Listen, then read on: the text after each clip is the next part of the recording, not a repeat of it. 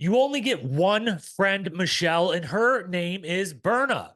Plus, Kyland holds a funeral, Ed teaches martial arts, Horacio starts to assert himself, and Moriah goes on the campaign trail for James because Lord knows he ain't going to do it himself. It's the challenge battle for a new champion, episode 10 recap coming up right now.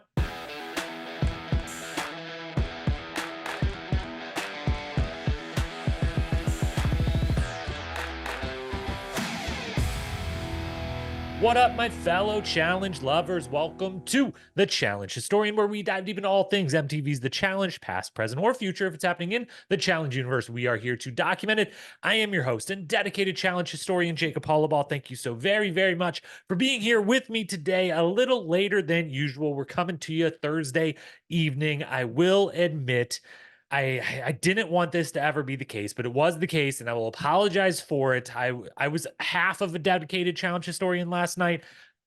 Survivor finale is airing last night. Challenge, as always, going right up against Survivor. And I tried to be good. I watched Survivor first. I watched Survivor, excuse me. I watched the challenge first. I watched the challenge live, and I was like, I'm going to watch the challenge. I'm going to record the show, and then I'll watch the finale or whatever tomorrow or Friday or whenever, like I normally do. I end up watching Survivor within the next couple of days, but it was the finale. And to be completely transparent, had a tough work week and all kinds of other stuff going on. And all I wanted to do last night was be able to go back on the internet today. And I wanted to know who won. I wanted to watch the finale. I was excited for it. So instead of recording, I watched the finale deep into the night of Survivor and then came back today, and work got crazy. And so instead of being here this morning, we're here this evening. And I apologize for that. I wasn't the dedicated historian I should have been, but at some point, the challenges, I've complained about it enough before, but you can't go head to head with all the other reality shows. Your only true competition in your niche. And especially when it becomes, we're barely halfway through this season and the other one's airing a finale. I had to watch. I had to know. It was too good. I wanted to know. So that leads me right into programming reminders. The Survivor finale obviously happened, so Tony and I will cover it this week. It was just me. If you're a Survivor listener, go listen to that. You'll know why it was just me for that. My fault, not Tony's. But you still got some coverage of the penultimate, and Tony and I will be back sometime next week, given the holiday coming up this weekend and into next week. We will probably meet maybe next Tuesday or so. So you'll get that finale recap and full season recap sometime probably next week. As for challenge, we will be back to Wednesday nights for the rest of this season, which I still don't know how many episodes this season is. I guess like 20, like, I don't know. It's going to be a lot, and we're going to be here for all of them. We will try our best to be here every Wednesday night immediately afterwards and not sometime on Thursday. But we'll see what the schedule dictates with Survivor winding down or being over now. We won't have that to compete with for watch time or anything like that. So we should get these out quick. Agenda for this evening obviously is just episode 10 of Challenge B-Fank. Without further ado, let's dive on in. Starting our walk through the episode, we're at the house, of course, same structure as always here for the pod, same as it was for the episode.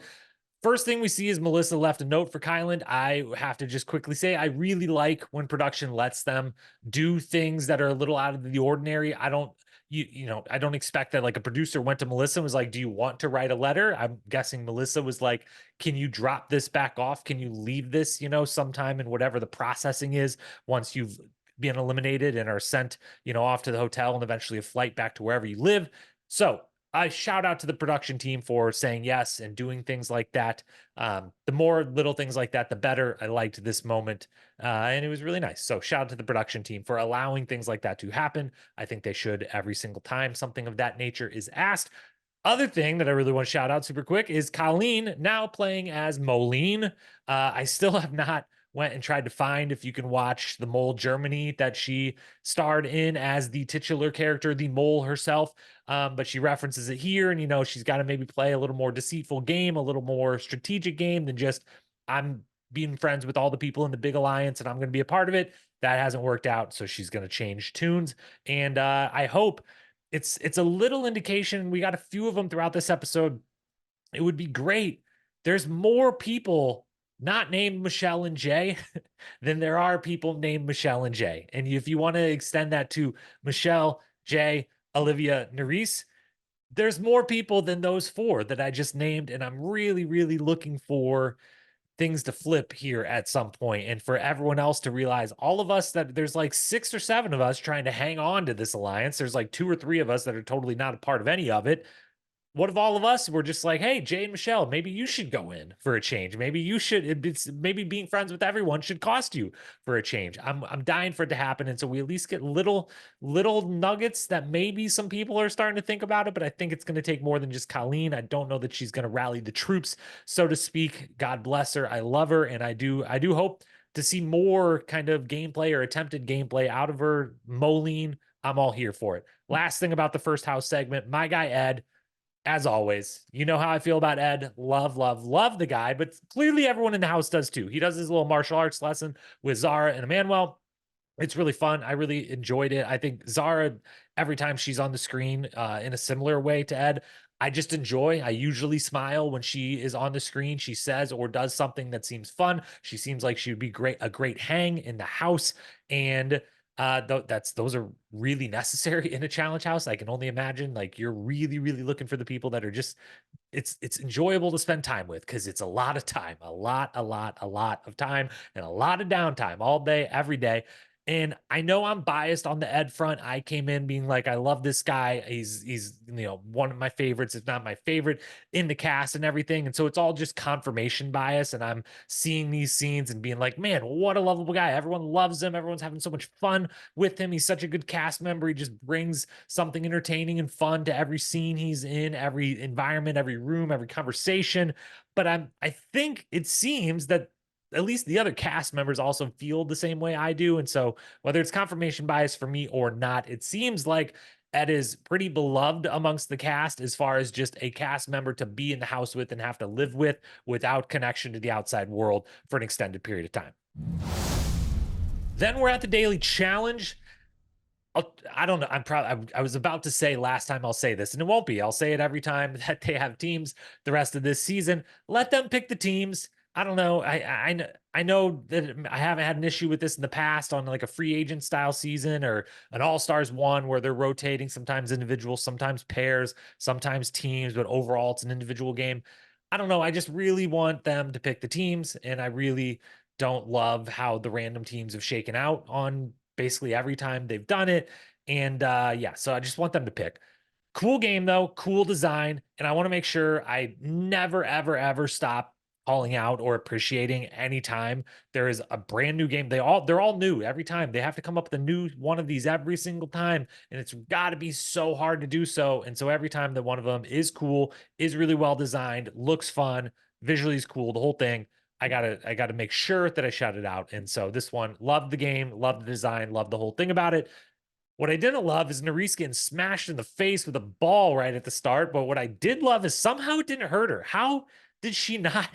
Like, thank goodness. I was thrilled. Obviously, I don't want her to get hurt. And now we can just laugh about it, and she can laugh about it in the confessional and be like, "Oh my god, that happened." But like, I don't know. They're pretty high up in the air, and those are like those. They look to be like those thick rubber dodgeballs. Like, it's not. I don't know. Like, it seems like from that height, it would start moving pretty quick, and it hits her square on the nose, dead center of the face, and thankfully doesn't do anything. So that's amazing. And now it's just a funny moment that happened, and thank goodness it wasn't more than that. But I was honestly a little bit shocked that there wasn't at least like a little nosebleed, a little like maybe even something we couldn't see, but like, dude, my face hurts really bad, my eyes swollen up, something. I don't know. So glad that didn't happen, but was surprised it didn't happen because it didn't look great, but now we get to laugh. Pretty expert way of not being involved in the deliberation at the end from Jay. I've got to say, I know it backfires on him, and eventually throughout the episode, he's called out by Kyland and Horacio. We'll talk about that in a little bit. But as much as it goes against him a little bit because someone that he is quote unquote working with, but on the fringes to him, he's trying to make them think it's more than the fringes, but it is on the fringes of his alliance or people he would protect. He's letting someone in that group know, yeah, this is where you are, and I can't always protect you, and I'm willing to say your name. He is doing that, but he's doing it in an expert way. Whether he gets caught or not, there was no way out of this. And it is the right choice for the whole team. If the goal of the majority of the people in that group, which is what it turned out to be, was if we could pick out of this, it would be Kyland and James as the two. And we can kind of trust that other group in the House in general to be willing to vote James and just keep the UK thing rolling. And so it's the more difficult vote is Kylan. We should do the more difficult vote first and not leave that up to chance. So they make the right choice.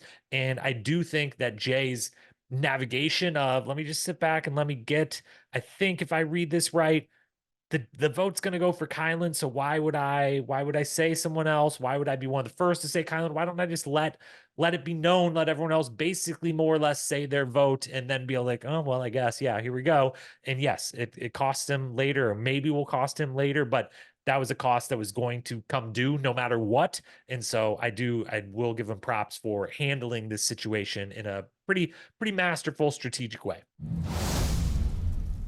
Then we're at the house and the club. We'll talk about that portion next. We'll save the deliberation portion of the house to talk with the arena in the next segment here. But at the house and at the club, first off, quick aside. I don't know if everyone picked up on this. I actually hit rewind. I rewound twice. I watched this little 10 seconds, this comment 3 times in a row to make sure I heard her correct. Berna calls Ed a combination of CT and Turbo, which is amazing for my guy Ed. Obviously, one that's what I mean, there's more flattering versions because it could be CT and someone as athletically gifted and determined and as much heart as a Turbo without maybe the personality or the number of people that dislike you, or essentially thinking everyone else in the world is chicken shit, or whatever his terminology is that involves the word chicken in it. I always forget. But so flattering for Ed, certainly. But can you imagine? Because Ed's I'm pretty, as I've said many, many times, like as well-rounded as it gets in all of these things. Like it seems like he could run pretty well. We haven't seen him do pure endurance running. We'll find out hopefully if he makes the final here. But otherwise, he's super duper strong. He's agile, athletic. He's brilliant. He's good with the puzzles. He's good socially. I don't know if he's cutthroats, whatever. He's got a majority of the tools. Everything we've seen so far checks all the boxes. As we get to the box is checked. There's a couple boxes left unknown, but for the most part, Ed's great player in my estimation, maybe yours, who knows, but he's not CT and Turbo combined, because that would be something unfathomable. Like if that person existed, I don't know who that is, what that is, but they probably got a lot of challenge championships if they're somehow make it through a season without getting kicked off and banned from the show forever. So yeah, also at this point, I mostly bring this up because Ed was starting to get a lot of screen time and he had now not won the daily challenge. And I was very convinced going into deliberation that Ed was going to catch some votes and end up down there in that elimination and maybe head home. So I was starting to sweat. At this point in the episode, I was starting to get a little sweaty for my guy Ed. Moriah, because of Moriah, mostly is why I was sweating for Ed, because Moriah was out there politicking for James in a big way. My goodness. I wouldn't have predicted this. If you would have asked me, last episode, like how far is Moriah going to take this? How far is she going to go? How hard is she going to ride for James? I would not have said to the level of, if James is up for elimination and has no interest in trying to get himself out of it, Moriah will go full bore, like her being in the final and winning the 300 whatever $1,000 they have left depends on her not getting James voted for, because that's how she acted. She acted like her winning the season was, if I don't get James voted for here, then we win, then the season's over. And that's how much effort she put into this. I'd like to see more effort from Lockie in this. Again, James is, I still refer to him as Lockie because that's what he went by on the Challenge UK. So if I say Lockie, I mean James. Apologies for that. I can't complain though, totally. I mean, I want to see more effort. If I'm him, I'm putting in more effort here, giving it a shot. What else are you going to do other than walk on the treadmill, I guess? But he does a lot of walking on the treadmill. I can't complain though, because it is this confidence and indifference that is entertaining to some degree. And when it's going to likely not matter, and you've also somehow convinced this woman to go do it for you, like you're like, I don't know what happened, but like I really like this girl and we're having a great time, and maybe I'm thinking about dating her outside of the show, but like I didn't ask her to do any of this. She's just going to go do it. So like I have no interest in doing it and she is. So I guess I'll just stay on the treadmill, right? Like, what? I don't know. I can't really blame him because she's probably going to be more effective at arguing than he is with the people she's talking to. So let her do her thing and just keep on getting those steps in, keep on practicing for that final. Moriah, though, I just don't understand why she's doing any of this. I don't understand it at all. It's not like there's going to be hard feelings. Like James is going to be like, what the fuck? Why didn't you like fight for me or whatever?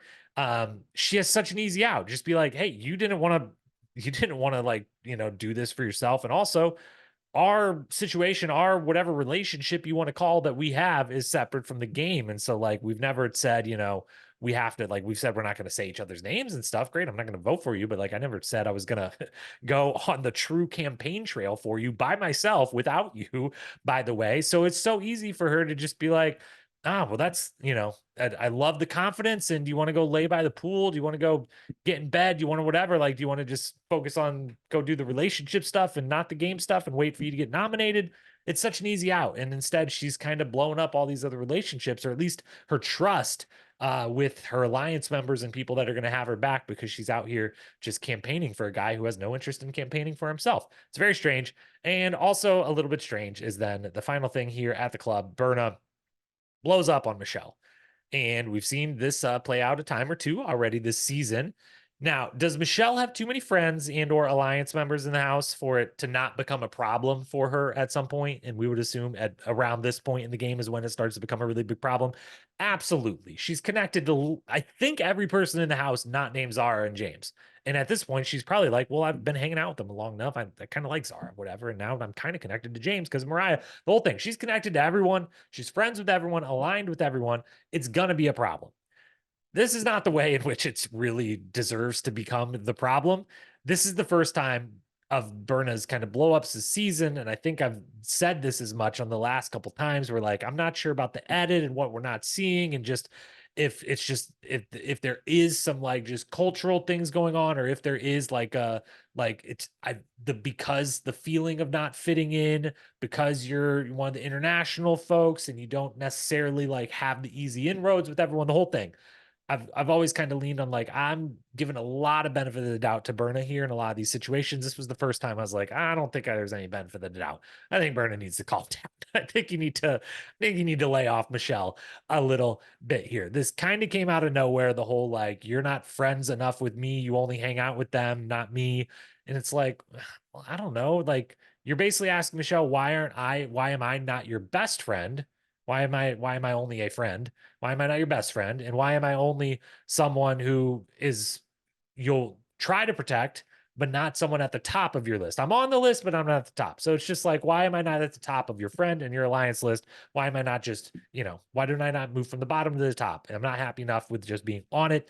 And it's all it's a little unnecessary, and I don't really have the benefit of the doubt here in this particular instance with her. Full redemption for her though when she just walks away when Olivia walks up. I was so entertained by that. I loved that portion of it, of just like I'm kind of blown up for no reason. Everyone's a little, Michele especially is like, what the fuck's going on here? What? I don't get any of this. And then the problem in her mind is like, you always hang out with Olivia, never me. And Olivia walks up and she just does the perfect thing of just spins and walks away in a huff and a puff. And Olivia's like, what the fuck just happened? And it's great. So entertaining. Loved it. And part of the reason I loved it is you may or may not be picking up throughout these podcast episodes. I don't know that I've said it yet, or I'm certainly not going to right now in this moment, exactly how I feel, but I maybe or maybe not don't love a certain cast member that seems to be a big favorite of the fandom these days. And so I find it entertaining when someone sees her walk up and they turn and walk away in a huff and a puff. Loved it. Then we've got the deliberation and ultimately the arena battle. Kyland's funeral speech is really funny. I'll give him that. I was entertained by it. It was fun. I don't know. I did not know where it was going when he started it, but he landed the plane on it. He made it entertaining and interesting and fun.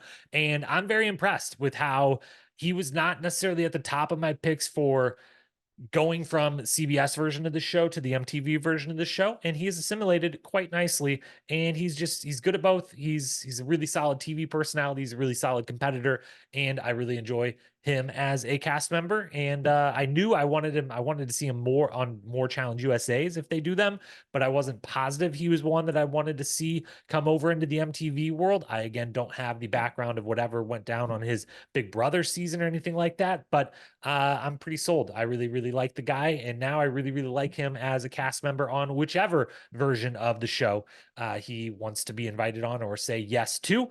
They all vote for James because it makes sense. It is a little, I mean, they make the drama pretty good in this episode. Again, I was sweating bullets right up until the end that they were going to vote for Ed and not James, and Moriah's campaigning was going to work, but it ultimately is kind of the boring thing. And, here goes the two people on the bottom, and that's fine. But yeah, I was sweating and I was glad that wasn't Ed. So thank goodness there. Darrell is here. He is the 14-time player. I didn't back up and check which stats TJ was using, which seasons he was counting and or not counting, but it seemed like he was counting all of the correct ones and not the ones that you shouldn't, aka Champs for Stars. And I don't even know, did Darrell ever do those? I don't know. Anyways, I don't need to know because they didn't really happen in reality. Those were fake, and everyone made them up, and we don't need to remember them. So Darrell's here. He's obviously one of the necessary picks for this. Like if you get 10 people, 5 guys, 5 women, he should be one of the 5. He at least invited and asked, do you want to do this? And I'm glad he says yes. I'm glad he is there. Darrell is the man. Darrell's the man. Okay. Darrell's not the greatest of all time, but if you just say who's the man from the challenge, you'd be like, well, Darrell is, like, before anyone else. He wins he's the man of the show. Okay. That's Darrell. Love the guy to death. He's also, though, not super well suited for the mercenary role in the solo. This is weird. He's maybe perfectly suited for the mercenary role when there's a male and female, or 2 males, or whatever, when there's just 2 mercenaries out there at the same time, and he can do the winning and ass kicking, and the other person could maybe do a little more of the like shit talking, just general TV entertainment, like whatever. Darrell's fantastic, top tier confessional person for a season in general, narrator and the whole thing. Not as much just like, hey, you get 3 confessionals, you're doing this one elimination, we kind of need you to come in there and be loud and abrasive and do everything that Jordan did in the first episode, basically. And that's just not Darrell's personality necessarily, at least not now anymore. Maybe young Darrell is really, really good in this spot, but dad Darrell is like, I'm still going to come in and whoop some ass. I'm not going to really be cocky about it. I'm not going to do anything wild and crazy. I got kids. I'm just here to try to get 10 G's, and that's it. That's what I'm here for. And unfortunately, he doesn't get the 10 G's. He doesn't whoop ass, but he also doesn't get a game that's, he gets a complete toss-up of a game, and he loses the toss-up of a game. Him dropping the bananas comment, though, I didn't expect that from him.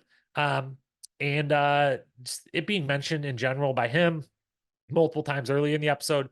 I was over this storyline before it started, and I'm really over it now. And so, yeah, I'm just, can we not talk about it anymore? I know they're going to continue to talk about it every time, because every time it's mail day, they're like, oh my God, is it going to be bananas? Is it going to be so awkward? And I wish they would just know that, no, it wouldn't be. I know it makes kind of no sense that it's not him, other than just the fact he was filming a different TV show at this time. And so he couldn't come do it because he was doing a different show. So, yeah, we're going to have to hear more of it. And I'm been over that one for a while. The game they play is fun. I'm glad Kyland won so that they could both keep money and we could keep players. It does beg the question, and just a great win for Kyland. You beat Darrell in an elimination. That goes on the resume. That goes on my greatest accomplishments of my life list. That goes on everything. That's an amazing accomplishment and awesome. And I love it. And I'm really glad Kyland stayed, and I'm glad they keep money. I am interested to see how they're going to figure out keeping it balanced going into a final. If it's just going to be like, hey, look, these 10 champs are coming in. Whoever wins, wins. Whoever loses, loses. And afterwards, if the numbers on the male female side are unbalanced, we'll just have more women's eliminations or more men's eliminations in the final round of the game until it's even, and we'll figure it out. Or maybe it's like, hey, the way the final is set up, it doesn't matter. There could be 6 women and 4 dudes. There could be 5 of each. There could be 7 and 3. We don't know. All the guys could win an elimination versus a champ, and all the women could lose, and we'd find a way to make it work at the end. I don't know exactly how they're planning to do it, but it is interesting that this format leaves it up for not being straightforward of we know at each step of the game how many men and how many women are going to be eliminated and still be there. So that's an interesting thing to keep an eye out as we head inch closer, because it's inch by inch, episode by episode, towards the final. Now to the awards. Best quote first, as always, 2 nominees. Unless I go and get an American passport and come back, yeah, I'm fucked. That's from Lockie, aka James. I really enjoyed that. And then quote, I was that girl in high school that always got hit in the face with balls. End quote. I think I had that. I maybe had one word off in there. It was something to the effect of I was the girl in high school that always got hit in the face with balls. And then a kind of little laugh after the fact when she realizes that, people that watch the challenge like me have very childish like 7-year-old boy humor, and so you said balls and it's funny. So quote of the week goes to Nerys. Best moment, nominee number 1, Ed's martial arts lesson. Nominee number 2, Berna getting all mad at Michele storming off when Olivia walks up. Nominee number 3, we didn't talk about it before, we referenced it at the very beginning of this episode, Horacio quietly coming for Jay's turf. I enjoyed the couple of interactions he had where he first lets Kyland know what was up, and then him and Kyland at the club especially talk to Jay. And Horacio's a little bit like, wait a minute, I do need to have a little bit of a voice here. And also, I'm supposed to be the face of this thing. It's supposed to be me. Why is Jay, what's with Jay and Michele? No, Jay and Michele, no. We're not doing that. Horacio and Nerys, that's what we're doing. That's what we're doing. And so he's getting there. He's finding his little voice, and I like that he's just coming in there a little bit like, Jay, I want to. We're gonna call this out here, okay? We're not gonna make a big deal about it. We're not gonna necessarily say that we're doing anything about it, but we are gonna let it be known that we're thinking about it and that we saw it and we acknowledged it, and we're gonna make you have a little conversation about it. So I appreciate that for him. Really, the best moment of the episode, though, wasn't in the episode itself. I don't know where else to talk about this, so I'll talk about it here. All the online back and forth going on between basically this whole cast. This is a very online cast. This cast is very, and it's a lot like they've all the cast. They're always on Instagram, but there's been some casts in the last few years where it's like only like half of them or a third of them are like on Twitter, and sometimes they'll do all their shit talking and tea dropping and all the other things on Twitter, and like no one will actually, a lot of the fans will see it, but like there's not a lot of responses because other people won't be on there. This whole cast is very online, very on Twitter, very on Instagram, very on everywhere, and they're talking a lot and they're sharing tea, and they're they're getting after each other, and especially Moriah, Nerys, Olivia. And we knew, and I've referenced it throughout the season, that Nerys and Olivia, we don't know if we're going to see it in this season, and I've apologized before. I'll apologize again if it becomes a spoiler that eventually there's a big blow up on this season between those two. But it's coming, whether it happens in the season or it just started afterwards because of things that happen on the season, or just purely because of the relationship between Nerys and Horacio. But I think from the trailer, the next week on / rest of the season trailer, we get it starts to happen in this season, because they be talking some wild shit. They'd be making some accusations about who's hooking up with who. Olivia and Emmanuel is a little bit more than an arm around a shoulder that we saw. I think that was in last week's episode. Maybe a lot more than an arm around a shoulder.